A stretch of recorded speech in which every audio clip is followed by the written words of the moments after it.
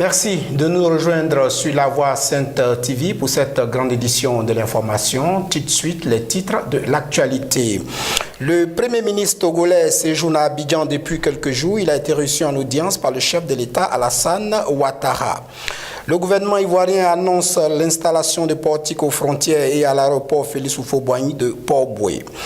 L'ouragan Irma cause d'énormes dégâts sur la côte atlantique. Nous y reviendrons au cours de cette édition. Et puis un mot de football. Le sélectionneur de l'équipe ivoirienne fait le point de la prestation des éléphants après la débâcle face au Gabon.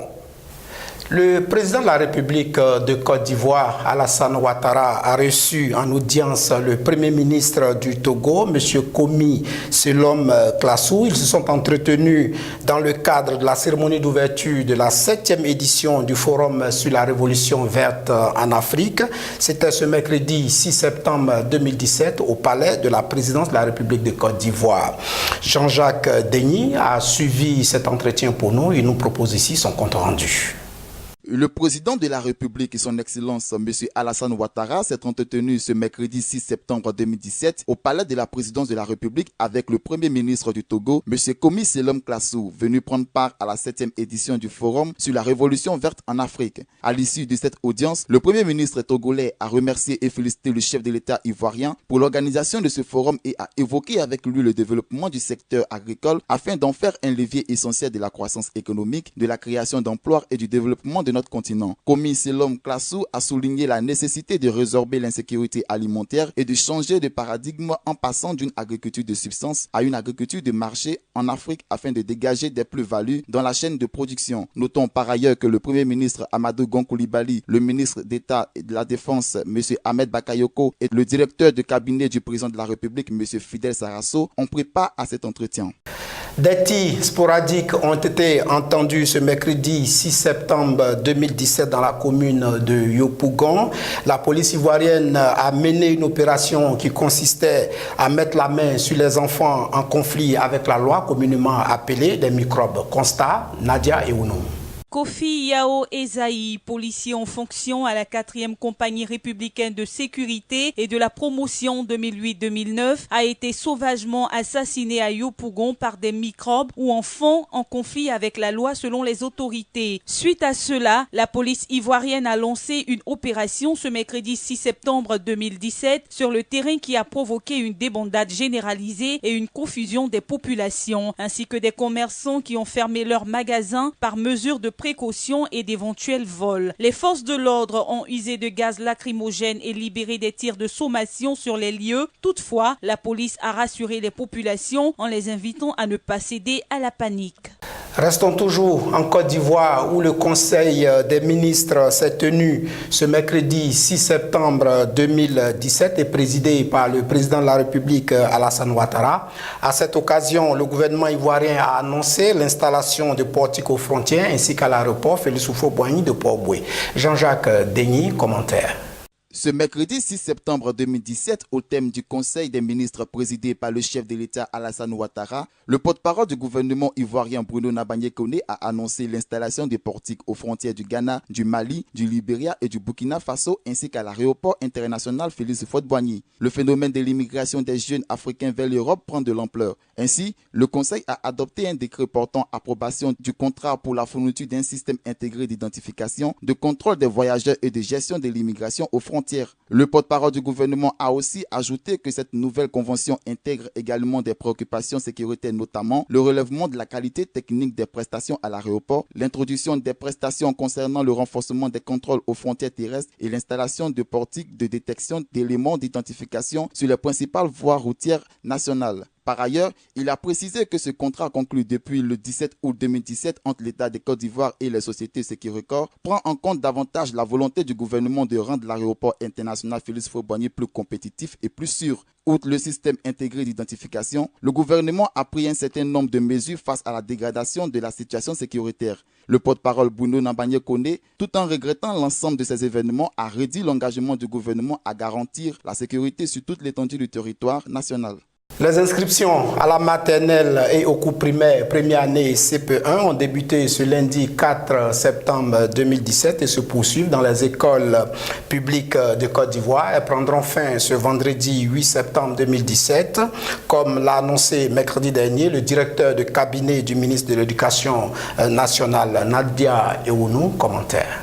Ce lundi 4 septembre 2017 ont démarré les inscriptions à la maternelle au CP1 au titre de l'année scolaire 2017-2018. Les inscriptions se poursuivent jusqu'au 8 septembre prochain sur l'ensemble du territoire national, mais ce n'est pas encore la grande affluence. Ces inscriptions concernent au titre de l'année scolaire 2017-2018 les enfants âgés de 3 à 4 ans pour les écoles maternelles à petite, moyenne et grande section et uniquement les enfants de 4 ans révolus, c'est-à-dire nés en 2013 pour les écoles maternelles à une seule classe de grande section. Pour les classes de CP1, les inscriptions concernent les enfants âgés de 5 à 9 ans révolus, c'est-à-dire les enfants nés entre 2008 et 2012, a indiqué M. Cabran en soulignant que les inscriptions au CP1 sont gratuites. La date de la rentrée scolaire 2017-2018 en Côte d'Ivoire est fixée pour le lundi 11 septembre prochain.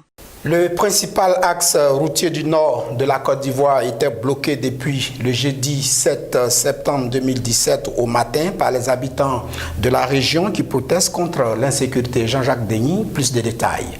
Depuis ce matin, les habitants de Tafiré, de Niakaramadougou, de Badika, situés dans le nord de la Côte d'Ivoire, ont arrêté la circulation sur la route qui mène au Burkina Faso et au Mali. La voie est bloquée et des centaines de camions et véhicules sont aussi bloqués. En fait, la population se plaint du mauvais état de la route qui fait toujours des victimes de coupeurs de route. Le nombre important de nids de poules sur la route au nord de Katiola oblige les automobilistes à conduire à vitesse réduite, s'exposant à des braquages. Ainsi, les habitants demandent au gouvernement ivoirien la réhabilitation de leur tronçon de 200 km environ.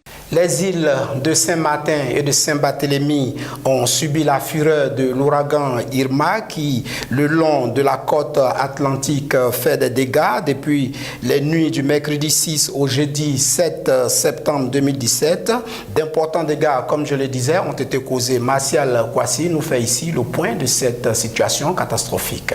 Habitations détruites, arbres déracinés, lignes électriques coupées, c'est face à un véritable paysage apocalyptique que les secours se sont déployés afin d'apporter aide et assistance, et ce dans de brefs délais aux personnes sinistrées suite à l'effroyable passage de l'ouragan Irma dans la nuit du mercredi au jeudi 7 septembre 2017. En effet, les unités d'intervention et de secours de la protection civile des îles de Saint-Martin et de Saint-Barthélemy font main et pieds afin d'accéder le plus rapidement aux personnes en situation délicate. Le bilan provisoire fait état de 9 morts et 23 blessés, mais pourrait s'alourdir dans les prochaines heures, selon les secouristes. En outre, l'ouragan Irma de catégorie 5, voire niveau maximum pour un cyclone associé à d'impétueux vents soufflant jusqu'à 300 km/h, continue sa progression en direction de la République dominicaine et d'Haïti. Rappelons que le territoire américain de Porto Rico a été frôlé mercredi 6 septembre par l'ouragan Irma qui devrait remonter le littoral américain jusqu'à toucher la Géorgie lundi 11 septembre au soir.